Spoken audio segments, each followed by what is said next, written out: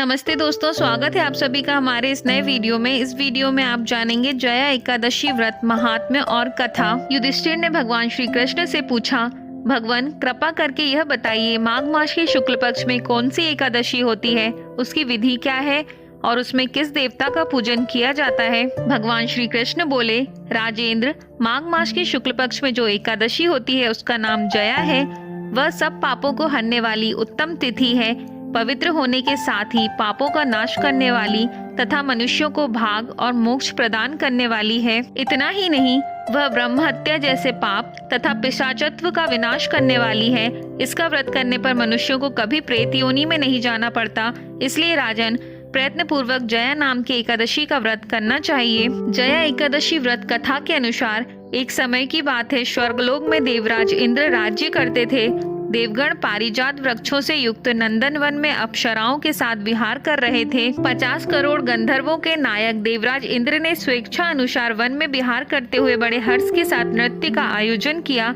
गंधर्व उसमें गान कर रहे थे, जिसमें पुष्पदंत, चित्रसेन तथा उसका पुत्र, ये 3 प्रधान थे। चित्रसेन की स्त्री का नाम मालिनी था। मालिनी से एक कन्या उत्पन्न हुई थी जो पुष्पवंती के नाम से विख्यात थी। पुष्पदंत गंधर्व का एक पुत्र था जिसको लोग माल्यवान कहते थे। माल्यवान पुष्पवंती के रूप पर अत्यंत मोहित था। ये दोनों भी इंद्र के संतोषार्थ नृत्य करने के लिए आए थे। इन दोनों का गान हो रहा था। इनके साथ अप्सराएं भी थीं। परस्पर अनुराग के कारण ये दोनों मोह के वशीभूत हो गए। चित्त में भ्रांति आ गई, इसलिए वे शुद्ध गान न गा सके। कभी ताल भंग हो जाता था तो कभी गीत बंद हो जाता था। इंद्र ने इस प्रमाद पर विचार किया और इसे अपना अपमान समझकर कुपित हो गए। अतः इन दोनों को शाप देते हुए बोले, ओ मूर्खों, तुम दोनों को धिक्कार है। तुम लोग पतित और मेरी आज्ञा भंग करने वाले हो। अतः पति पत्नी के रूप में रहते हुए पिशाच हो जाओ। इंद्र के इस प्रकार शाप देने पर इन दोनों के मन में बड़ा दुख हुआ। वे हिमालय पर्वत पर चले गए और पिशाच योनि को पाकर भयंकर दुख भोगने लगे। शारीरिक पातक से उत्पन्न ताप से पीड़ित होकर दोनों ही पर्वत की कंदराओं में विचरते रहते थे।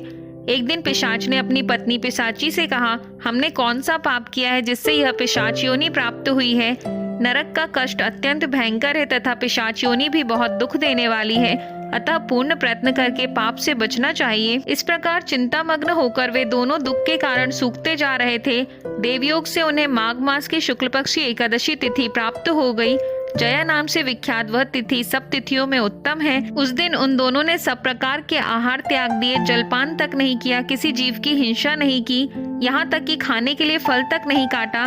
निरंतर दुख से युक्त होकर वे एक पीपल के समीप बैठे रहे। सूर्यास्त हो गया। उनके प्राण हर लेने वाली भयंकर रात्रि उपस्थित हुई। उन्हें नींद नहीं आई। वे रति या और कोई सुख भी नहीं पा सके।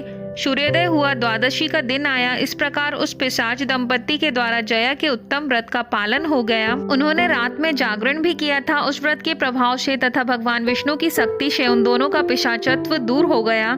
पुष्पवंती और माल्यवान अपने पूर्व रूप में आ गए। उनके हृदय में वही पुराना स्नेह उमड़ रहा था।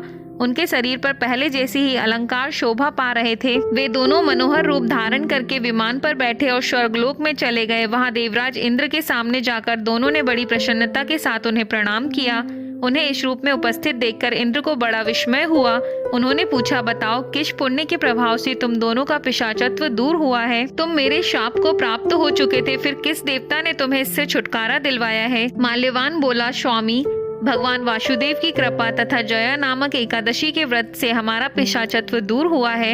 इंद्र ने कहा, तो अब तुम दोनों मेरे कहने से सुधापान करो। जो लोग एकादशी के व्रत में तत्पर और भगवान श्री कृष्ण के शरणागत होते हैं वे हमारे भी पूजनीय होते हैं। भगवान श्री कृष्ण कहते हैं, राजन, इस कारण एकादशी का व्रत करना चाहिए। नृप श्रेष्ठ, जया ब्रह्म हत्या का पाप भी दूर करने वाली है। जिसने जया का व्रत किया है उसने सब प्रकार के दान दे दिए और संपूर्ण यज्ञों का अनुष्ठान कर लिया। इस महात्मा को पढ़ने और सुनने से अग्निष्टम यज्ञ का फल मिलता है। यदि यह कथा आपको अच्छी लगी तो चैनल को लाइक, शेयर और सब्सक्राइब करें। धन्यवाद।